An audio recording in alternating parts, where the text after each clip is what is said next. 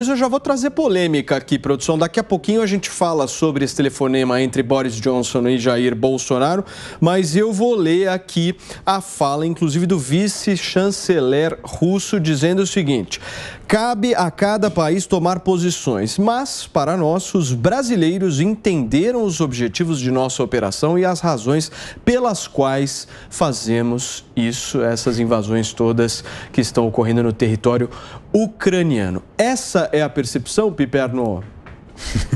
Bom, mas escuta, enfim, o diplomata russo, ele foi muito justo com a posição do Brasil. Claro, o presidente foi lá há 16 dias, eu conto isso diariamente, né? 16 dias o presidente disse textualmente o nefasto? O nefasto. Tá. Até hoje até chamá-lo de presidente, porque como é uma questão assim, uma questão diplomática, eu tento elevar o nível, mas realmente você me fez voltar para o mundo real. O nefasto foi na Rússia, né? E disse que, entre outras coisas, que textualmente, Putin é da paz. Aí a gente viu. Então, é claro que, veja, a posição do Brasil é uma posição muito morde e assopra.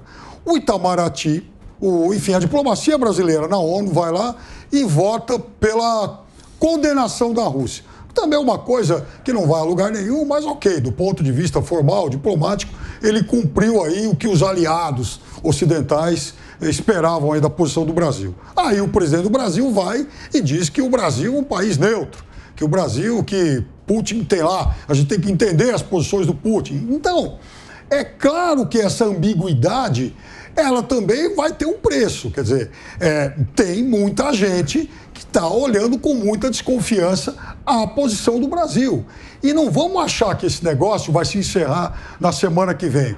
O Brasil tem que transacionar com o resto do mundo. O Brasil não é um país que está fora do mercado global. O Brasil tem uma série de interdependências. Piperno, deixa eu só receber quem nos acompanha pelo rádio. São 5 horas e 26 minutos. Sejam muito bem-vindos todos vocês que nos acompanham no rádio em todo o Brasil. A gente está conversando um pouco sobre essa declaração feita pelo vice-chanceler Sergei Lavrov a respeito do posicionamento brasileiro, dizendo que o Brasil compreende plenamente as razões que levaram a Rússia a invadir a Ucrânia. Constantino, você acha que o posicionamento do presidente da República deveria ser diferente? Acho que sim, Paulo. Acho que ele vem errando nisso, no excesso de neutralidade. Na prática, o governo brasileiro ofereceu visto humanitário para ucranianos, condenou na ONU a Rússia. Então, na prática, tomou o partido certo. Mas é inegável que não só Bolsonaro, que já falou que Putin é um conservador, que falou que ele é da paz, como bolsonaristas estão acreditando num engodo, estão acreditando na figura do Putin como alguém que vai reagir a um Ocidente decadente tomado por progressistas e globalistas. Veja, acertar o diagnóstico, o Ocidente está em decadência por culpa da esquerda progressista, é uma coisa. Acertar na receita é outra bem diferente. Eu também acho que Trudeau, Biden, tudo isso é podre. Estão destruindo o Ocidente de dentro. Agora, daí achar que a resposta certa é Putin, vai uma longa distância. Então não há nada que justifique a postura do Putin aqui. É como se alguém quisesse tomar, de repente, a Amazônia. Nós temos que entender que a Ucrânia, com todos os defeitos, que tem lá uns grupos mais radicais, a Ucrânia está defendendo sua soberania nacional, seu direito de autodeterminação dos povos e a vontade do povo de ser europeu e não russo. Qualquer pessoa que tenha apreço pelos valores da civilização ocidental tem que tomar o lado da Ucrânia. O Putin é um autocrata que não tem a mínima, não dá a mínima para império da lei, transparência, censura a imprensa, manda matar e envenena dissidente. O Putin é tudo que a gente rejeita. Então, assim, não dá para ficar neutro num ataque ao Ocidente, por mais que o Ocidente esteja em crise de identidade. O Serrão, nessa você discorda do Constantino? Não, de maneira alguma. Tenho que acompanhar o voto do relator. O Putin é algo insuportável. É um cara que não combina com aquilo que nós estamos defendendo aqui, não é nem democracia, é respeito ao Estado de Direito. O Putin é um autocrata e autocratas são abomináveis. Não combinam com a postura brasileira. O Brasil, como país, como relações exteriores, foi muito claro em defender a posição ucraniana. Agora, o presidente Bolsonaro, como que fazer uma visita recente ao Putin, caiu nessa armadilha da guerra de narrativas. Mais uma vez caiu na armadilha da guerra de narrativas e vai tomando pau por isso. Mas isso aí não tem efeito prático, político, negativo nenhum contra o Bolsonaro. Se o Putin é da paz, se não é da paz, se é da guerra, não vai afetar em nada o Jair Bolsonaro. Esse tipo de discussão não interessa a nada. O importante foi uma discussão que Bolsonaro trouxe. Precisamos rever o nosso modelo dependente com relação a fertilizantes. É um absurdo que o Brasil dependa de importação de fertilizantes em 94% a 85%. Não se tem nem certeza desse percentual. Mas isso aí é inaceitável do ponto de vista estratégico e até operacional, porque nós temos variadas formas de produzir fertilizantes que não são só os insumos que são importados para cá, para o agronegócio. Então, essa discussão, Jair Bolsonaro trouxe. Esse aí foi o dado que pode ser benéfico dessa confusão toda para o Brasil. Nós não podemos dar uma vacilada nessa questão. O Congresso Nacional tem que apreciar, sim, aquele projeto de lei que permite a exploração do potássio nas terras indígenas. Mas, vou ressalvar aqui, nós temos antes de fazer isso, que vai demorar um pouquinho, nós temos muitas outras saídas para ter fertilizante que não dependem apenas da importação do produto. Marco, tem alguma consequência na eleição brasileira essa invasão na Ucrânia? 2 semanas daqui para frente, ninguém mais vai falar disso daí. Eu acho que é um assunto relevante do ponto de vista da diplomacia internacional. Mas vai terminar? É importante. Eu acho que para o eleitor brasileiro, tanto faz como tanto fez. Quer dizer, não tem impacto direto ou conflito em si. Porém, ele abre portas para outros debates bastante relevantes. Eu já travei um debate com o Piperno fazendo o plantão aqui de acompanhamento da guerra, onde o Piperno, ele até acho que concordou comigo, não sei, a gente pode fazer um... Nossa!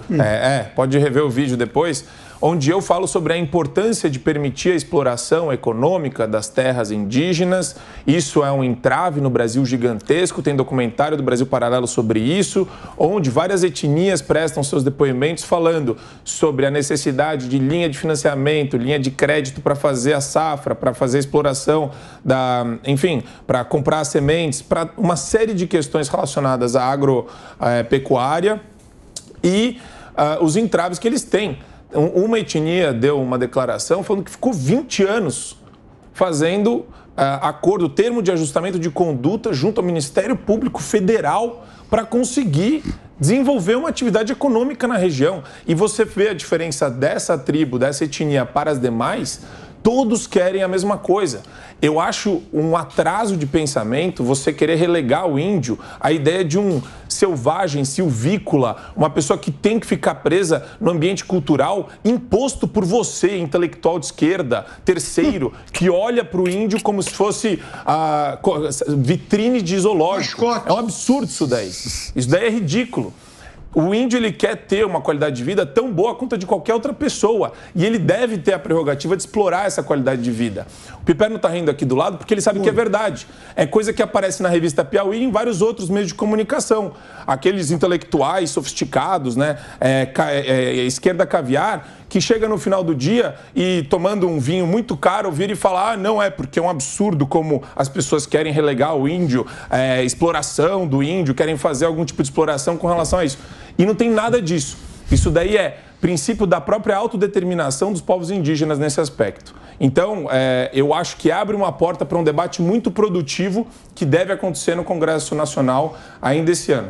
Muito bem. Tem uma questão, tem um ponto aqui que tem que deixar bem claro. Por favor, esse negócio de autodeterminação de povo indígena, isso é brincadeira com o brasileiro, tá? O índio brasileiro, ele é, acima de tudo, primeiro, brasileiro. Esse negócio de criar enclaves, nações indígenas dentro do Brasil, isso aí, a cleptocracia, a juristocracia do Supremo Tribunal Federal já fez isso. E isso contraria o interesse nacional. Ainda bem, ressalva aqui, Marco Aurélio de Mello foi o único que deu voto contrário a esse absurdo. Mas esse absurdo foi perpetrado pelo Supremo Tribunal Federal, que dá margem até, se quiserem invadir o Brasil, podem invadir e criar a nação independente, porque ela já existe com o beneplácito do Supremo Tribunal Federal. Piperno, por favor, eu só queria que a gente pudesse também voltar nesse tema das consequências eleitorais aí dessa história. No que prejudica, Piperno?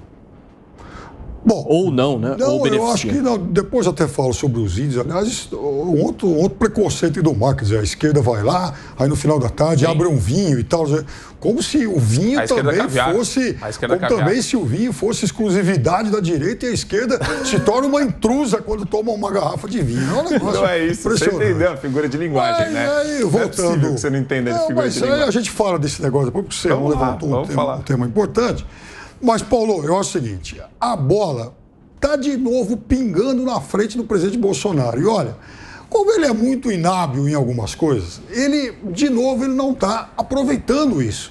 É claro, é óbvio que qualquer adversário político vai explorar o fato de que, em algum momento, ele disse que Putin é da paz, que ele era solidário à Rússia, que a Rússia tem lá os seus interesses, esse monte de baboseiras que ele disse. Então, se agora, nesse momento, ele rever a posição dele, fala, não, olha, realmente a gente está contra esse ditador, esse autocrata, tudo isso que todo mundo já falou sobre o Putin, é óbvio que isso, de certa forma, anularia todo esse rol de acusações, de lembranças, inclusive, que todo mundo vai fazer. E a nota do PT no Senado? Mas aí foi um estagiário, Mas eu quero dizer para você o seguinte, fora aqui, ó. Foi uma coisa imbecil, eu já disse aqui outro dia. Então, agora, pelo menos mandaram apagar. Porque há realmente uma discordância interna muito grande em relação a... Mas há, sim, setores do PT, é importante que se diga isso, absolutamente idiotas e que gostam dessas atitudes autocráticas. Uai, isso aí é querer esconder o sol com a peneira, negar uma coisa tão óbvia como essa. Sobre o que o Serrão falou, eu perdi, várias horas, seu Marco, lendo o projeto, o PL 191/2020, que trata disso. E não é um projeto que trata de fertilizantes. É um projeto, sim, que trata, sobretudo, da exploração de mineração, de petróleo e também até de energia elétrica em terras indígenas. O projeto tem muita coisa lá esquisita, mas tem muita coisa que é realista. Por sinal, um projeto de 5 de fevereiro de 2020, um projeto do Executivo, assinado, sabe por quem? Pelo então ministro da Justiça, Sérgio Moro. A questão não é ser contra o projeto. Esse projeto ele vai receber emendas, ele vai receber algumas modificações, com toda certeza. E outro dia eu detalho mais. Agora, o fundamental nesse projeto é que ele não pode passar a toque de caixa, como agora o governo quer fazer por conta da questão dos fertilizantes. E, aliás, o governo deveria... E o erro começou com a Dilma, passou pelo Temer e permeia os 3 anos do governo Bolsonaro, resolver a questão da fábrica de fertilizantes lá de Três Lagoas, lá no Mato Grosso do Sul, que a russa Akron ia comprar e agora, por conta do SWIFT, enfim, por conta de todos os bloqueios, ela não tem mais dinheiro para isso. Esse é um empreendimento da Petrobras que chegou a ter 81% da sua obra prontos e que parou em 2014, por isso que eu citei o governo Dilma. Passou depois por Temer e Bolsonaro e a Petrobras nunca mais mexeu nisso. O projeto está lá apodrecendo e essa fábrica já poderia estar funcionando. Mas você está falando uma coisa que foi no Pingos nos Is, que apareceu, inclusive o presidente endereçou ela. Ele falou, tem que investigar e vou... Ele na live lembrou de falar sobre isso. Depois de 3 anos? Sobre distrato. Pô, mas depois de 3 anos a fábrica lá parada, quer dizer, 7 para 8 mais 3 no governo dele. Não é isso. Assim, você faz o projeto está parado desde 2014. Por isso que eu disse, governo Dilma, governo Temer e os 3 anos do governo Bolsonaro. E por que está parado? Serrão, você. Elementar, meu caro Watson, está parado porque esse projeto, como tantos outros que a Petrobras tocou, uma centena de projetos, foi tudo fruto de estelionato, roubalheira, projetos inviáveis que foram feitos só para tomar dinheiro e não para acontecer de verdade. Esse é o ponto lamentável do Brasil que nós temos que discutir. Hoje o ex-presidente Lula foi cobrar que deveria ter 3 refinarias que a Petrobras deveria ter feito, que Bolsonaro e Temer deveriam ter feito essas refinarias. Elas não aconteceram porque houve roubalheira. erro proposital no projeto tocado pela Petrobras com as nossas empreiteiras corruptas. Então, o problema é a cleptocracia, não é a questão política, não é a vontade política de executar que faltou. Foi cleptocracia que sobrou e impediu que essas obras acontecessem. Esse é o fato. Então, 3 governos em sequência deixam um projeto com 81% prontos, apodrecer, e um projeto que fabricaria o quê? Fertilizante. Muito bem, vamos falar um pouquinho dessas falas que o Serrão citou em relação ao Lula, porque ele pede o seguinte: em primeiro lugar, ele critica o papel da ONU e pede mais participação de outros países, pede mais pressão do Brasil justamente por conta dessas mudanças e, obviamente, faz as ironias em relação à viagem do Bolsonaro. Como é que você viu isso, Constantino, essas falas, essas novas declarações do Lula? Não, eu achei que faltou ao Lula soltar a bola de sabão e cantar Imagine, do John Lennon, né? O mundo precisa de paz, amor, quer dizer, disse aquele que defende a ditadura cubana, né? Que ceifou a vida de milhares de pessoas no paredão. Diz aquele que defende a Venezuela, né, que tem matado aí um monte de jovens dissidentes e tem vários presos políticos. Quer dizer, quando alguém como Lula vem falar de paz e amor, a gente sabe que isso é quase tão forte quanto os tweets do Luciano Huck, né? E o Moro está indo pelo mesmo caminho. É a Marina Silva, é a visão estética de mundo, né? É repetir slogans vazios, discursinhos bonitos que não querem dizer nada na prática e falar, eu sou da paz. É tentativa de monopólio das virtudes. E aí quando você vai ver as ações, a prática, a gente sabe que o Lula é um sujeito ligado até o último fio de cabelo e de barba a tudo que é tirano, execrável, a tudo que é assassino e bandido no mundo, né? Então ele queria, mesmo na diplomacia durante seu governo, forçar um relacionamento sul-sul, transformou o nosso Mercosul numa camisa de força ideológica que prejudicou o nosso país e as nossas empresas, deixou Bolívia, a companhia, passar a mão na Petrobras e ficou por isso mesmo. Quer dizer, tudo o contrário na prática.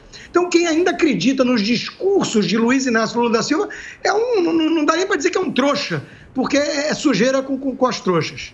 Deixa eu só trazer aqui uma informação importante, que inclusive saiu agora há pouco. A Rússia acaba de determinar a criminalização da cobertura da guerra na Ucrânia e baniu a BBC, o Twitter... Não foi o STF, não? O Facebook. Foi o Putin que fez Nesse isso? caso, não, Constantino, foi o homem da paz, segundo o Bolsonaro. Nesse caso aqui específico, foi o Putin e isso tem consequências, achei que fosse... certo? Achei que era Alexandre de Moraes. Sem dúvida. Você vê como vocês acham errado. Ele fez isso Paulo, posso aproveitar? Não, mas vamos lá, vamos pegar esse gancho de vocês. Deixa eu pegar esse gancho de vocês dois. Se o Putin se assemelha ao Supremo Tribunal Federal, o presidente da República não deveria ter o mesmo comportamento que tem em relação a eles aqui no país? Por que o comportamento é diferente? Esse é um bom ponto que vocês levantaram. Por que o Bolsonaro prega neutralidade em relação à Rússia, justamente sendo idêntica ao Supremo Tribunal Federal nessa maneira, que está banindo redes sociais? Esse é um ponto importante a gente discutir.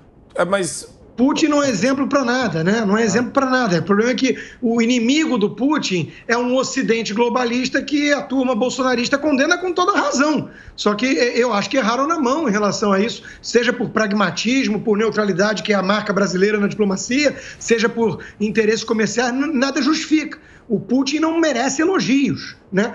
Então, eu já disse, acho que o presidente errou nesse aspecto, repito, quantas vezes forem necessárias, e acho que esse paralelo é interessante, sim. As medidas de censura que o Putin sempre fez lá, ele perseguiu os oligarcas que o criaram, como o Berezovsky, que era um cara da mídia, lá em 99. Quando estava com a guerra na Chechênia, ele, logo no começo da gestão dele, né, como primeiro-ministro. Então, o Putin sempre perseguiu a mídia e ele não dá a mínima para a liberdade de imprensa. Agora, nesse aspecto, parece sim alguns jornalistas e ministros supremos no Brasil. Mas aí o Brasil segue com a neutralidade, Marco?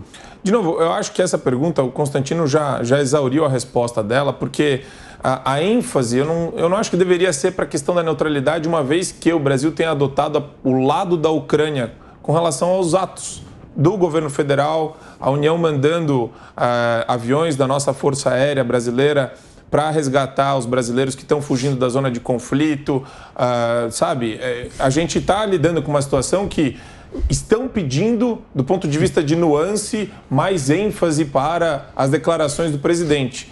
Eu acho que aqui, sinceramente, eu concordo. Teria que defender com mais nuance, mas a rigor, e eu já disse isso no Pingos nos Is, isso daí não salva a vida de um ucraniano a mais. É certo do ponto de vista de estadista, mas é o tal negócio. O pessoal quer colocar uma pecha de Rui Barbosa no Bolsonaro como se ele fosse fazer, né, ou a declaração em defesa dos valores ocidentais. Ele não tem esse estilo.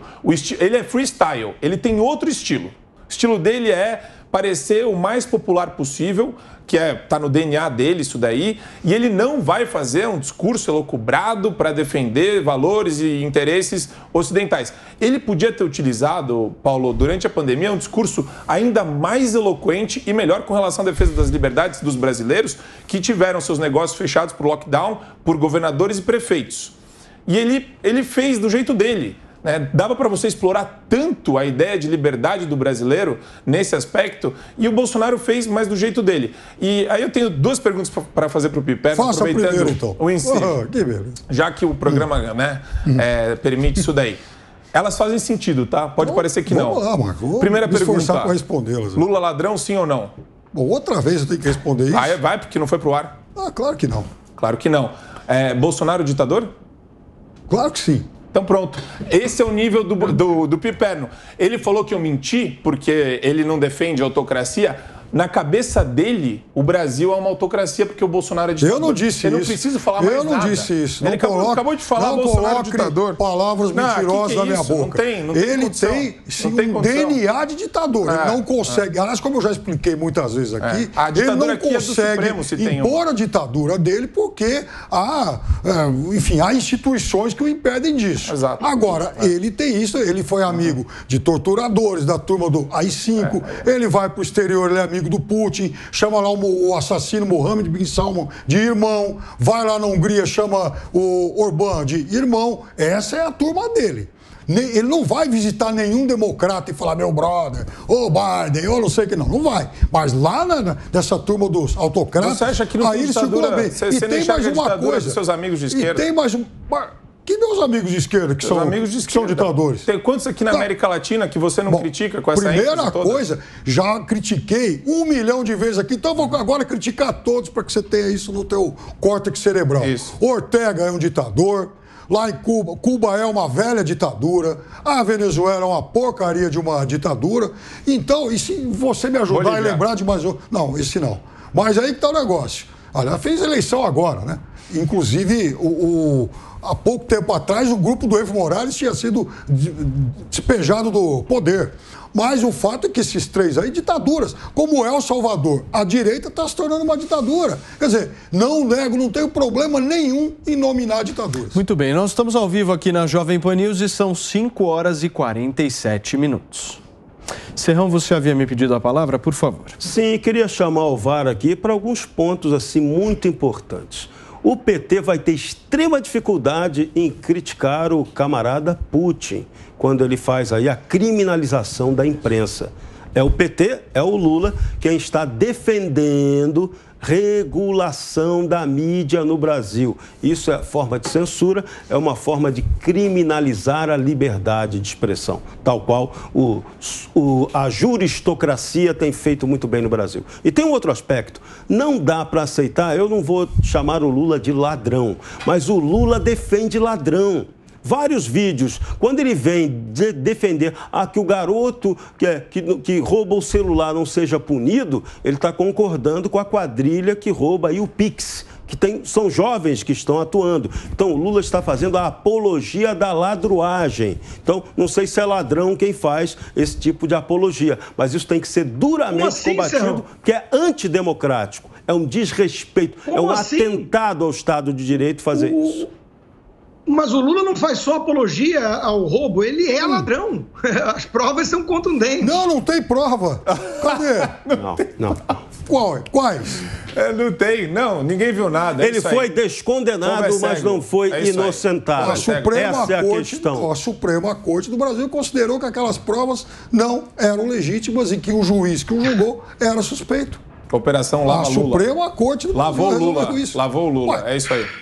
Olha só, gente, vamos falar um pouquinho de Lula, porque o pré-candidato à presidência da República, Luiz Inácio Lula da Silva, declarou na manhã de hoje que o governo de Jair Bolsonaro agrava a dependência que o país tem em relação a fertilizantes russos e também combustíveis. Constantino, como é que você viu essa declaração?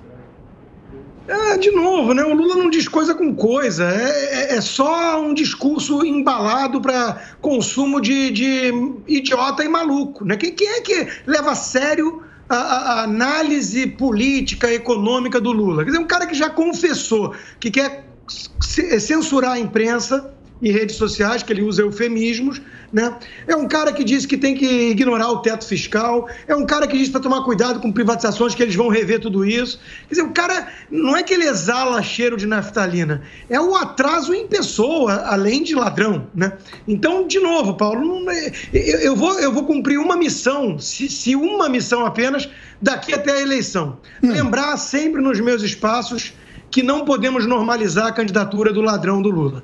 Eu vou fazer sempre esse esforço aqui. Eu não vou tratar uma declaração dele como uma declaração normal de um candidato normal. Eu vou lembrar sempre que ele é um picareta ladrão que deveria estar preso e em qualquer país sério estaria. E eu já vou adiantar para Marcos, só um minutinho. São 5 horas e 50 minutos. Eu queria muito receber você que nos acompanha através do rádio. Nós estamos discutindo as declarações, as críticas de Lula em relação à política que o presidente da República está fazendo com essa guerra Rússia versus Ucrânia. Por favor, Marco. A esquerda é tão delirante, Paulo, que eu tenho certeza que o golpe publicitário que eles vão utilizar para a imagem do Lula vai ser uma equiparação ao Mandela. Escreve isso.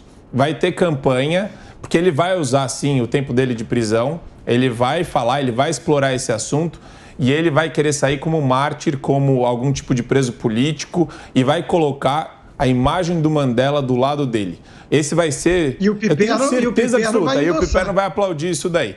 Por quê? Porque, de novo, o ponto aqui da nossa discussão é a esquerda tem uma tendência, personificada aqui em Piperno, nosso grande colega, ela tem uma tendência de enxergar extremismo em tudo que a direita faz ou fala. Não. Tudo é extremista. O Piperno não consegue nomear uma pessoa de direita no ambiente político brasileiro, eu ia falar, brasileiro. No ambiente político brasileiro que não seja extrema-direita. Michel Temer. Para ele vai ser... Desculpa?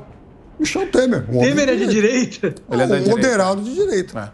Então, existe essa dificuldade, Paulo, porque isso diferencia os diálogos que existem ao redor do mundo. Quando tudo é extremado, aí é óbvio que a polarização vai aumentar sempre.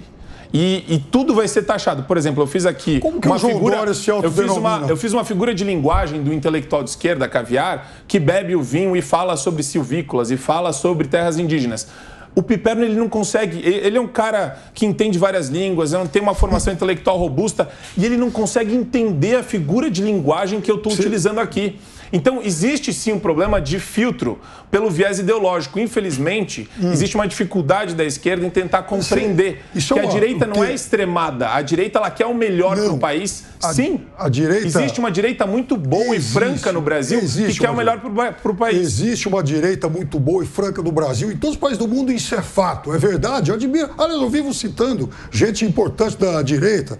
Agora, o fato é o seguinte, uma coisa é a direita, né? A velha e boa direita, tradicional. A outra coisa é esse lixo imoral da extrema-direita que, aliás, tomou posse aqui dia 1º de janeiro de 2019, o que é uma ofensa, foi assim, um lapso moral do Brasil que ele vai se recuperar agora. Porque isso não é direita. Imoral é falar que o Lula não é ladrão, isso é imoral. Isso, o que o Brasil fez, o que o Brasil foi uma concessão à imoralidade. A gente que inclusive crescia, gente que se agigantava enquanto outros, né, eram torturados em porões da ditadura, né, por torturadores. Antônio, nós temos que admitir que o Piperno é engraçado. Temos que admitir. Então, eu vou falar, e aliás eu estava falando sobre isso ontem, Constantino, porque você sabe que a Ucrânia, ela tem um presidente que é um comediante e o do Brasil é uma piada. Só que é uma piada de mau gosto. Serrão, você. Lixo imoral é quem chefiou o partido e os esquemas que roubaram a Petrobras e outras estatais. O cara que fez isso não tem condição moral nenhuma de fazer nem análise, nem crítica ao que está errado no Brasil de hoje. É o lixo da história. Muito bem. Produção, nós já temos o resultado da enquete de hoje? Ainda não? Então daqui a pouquinho a gente vai trazer justamente o resultado parcial da pergunta que nós fizemos, justamente se vocês acham que o atual ritmo aí de ataques de Putin pode levar à guerra mundial, uma terceira guerra mundial. Você foi lá, respondeu no portal da PAN e daqui a pouquinho eu trago o resultado. Tem uma notícia aqui de última hora, que eu quero um comentário tiro curto de vocês quatro. Petistas estão chamando Geraldo Alckmin de vice-golpista e neoliberal e vai ter debate justamente para debater isso. Um tweet para cada um de vocês, Constantino começa.